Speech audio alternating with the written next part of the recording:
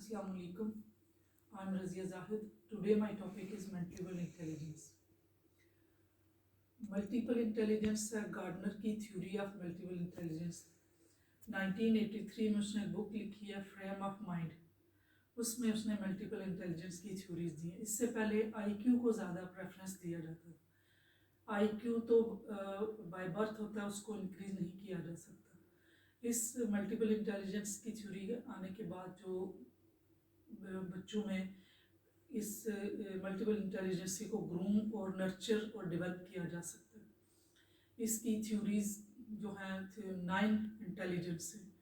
Number 1 verbal और linguistic, number 2 logical और mathematics, number 3 musical, number 4 visual spatial 3 dimensional image, number 5 bodily kinesthetic, number 6 interpersonal or social intelligence, number 7 intrapersonal intelligence, number 8 naturalistic intelligence, number 9 existential intelligence। Number 1 जो है उसमें verbal और linguistic, इसमें जो बच्चे होते हैं वो बर्थ से पहले ही उनका ये पार्ट ज़्यादा डेवलप हुआ आता है।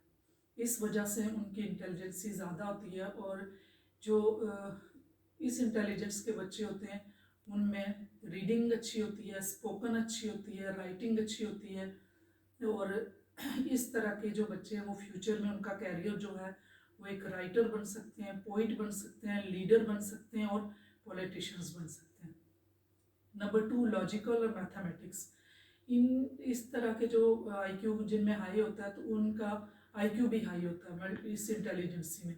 ये भी बर्थ से पहले ही इनका ये हिस्सा ज़्यादा डेवलप हुआ होता है। इसमें वो एक अच्छे मैथमेटिशियन बन सकते हैं, साइंटिस्ट बन सकते हैं और फिलासफर बन सकते हैं और बनते हैं। जिनमें ये इंटेलिजेंसी लॉजिकल इंटेलिजेंसी ज़्यादा होती है तो वो ये साइंटिस्ट बन सकते हैं, फिलासफर बन सकते हैं।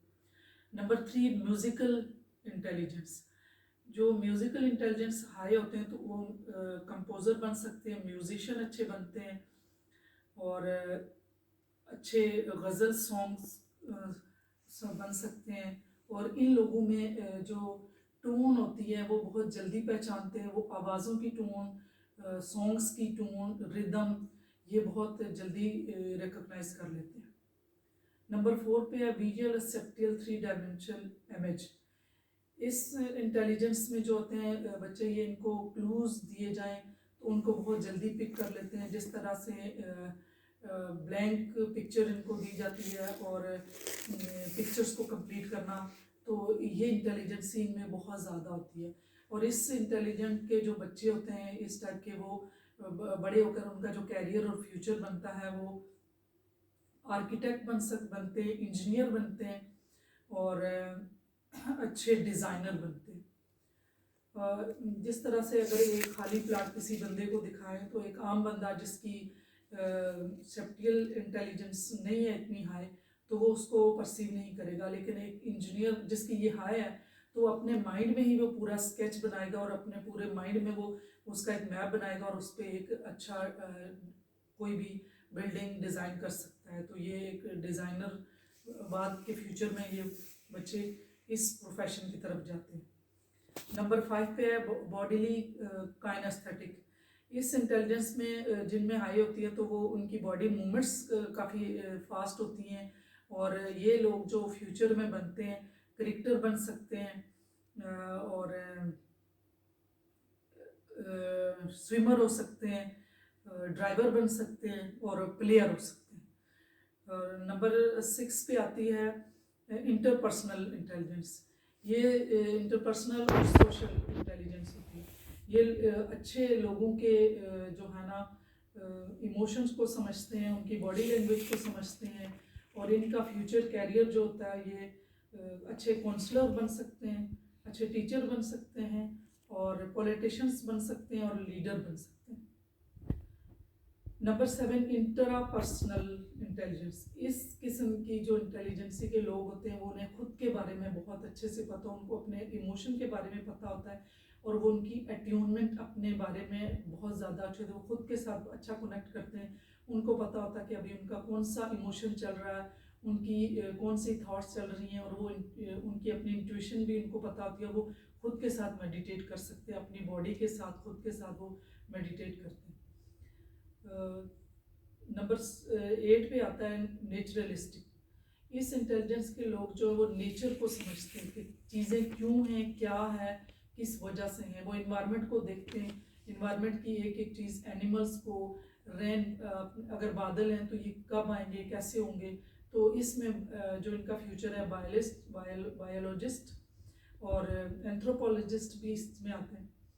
और नंबर 9 में आता है एग्जिस्टेंशियल।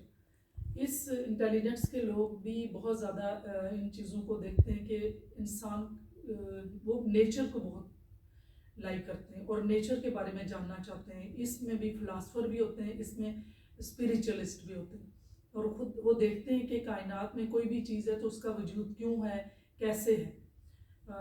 एक मैथमेटिकल में ये भी था कि लॉजिकल चीज़ों को समझते हैं और उनका हाई होता है।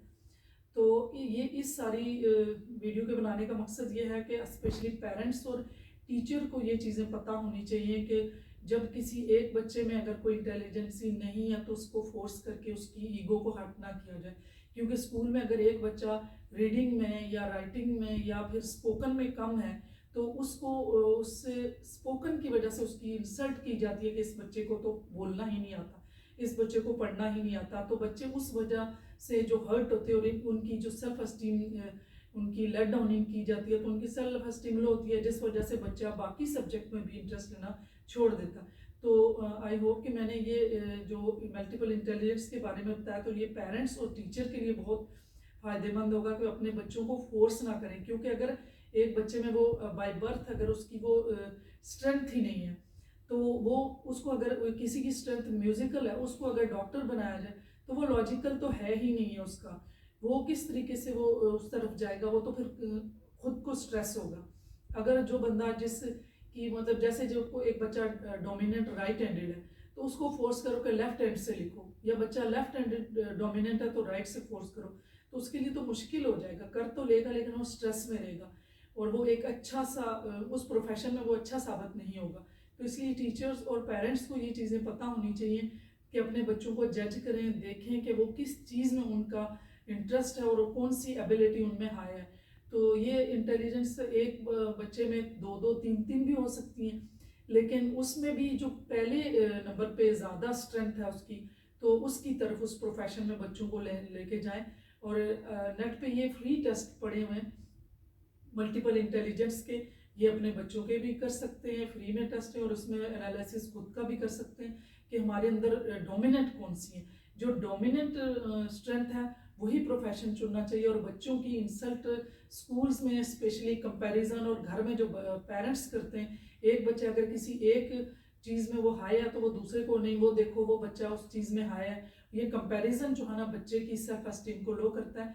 और जब पेरेंट्स को और टीचर को ये चीज़ें पता होंगी तो वो बच्चों को उसकी अंदर जो स्ट्रेंथ है उसको ज़्यादा हाईलाइट करेंगे, उसको अप्रिशिएट करेंगे, तो बच्चा उस चीज़ में ज़्यादा ग्रो करेगा। तो आई होप सो कि मेरी ये छोटी सी काविश आप लोगों के काम आएगी और इससे कुछ फ़ायदा होगा।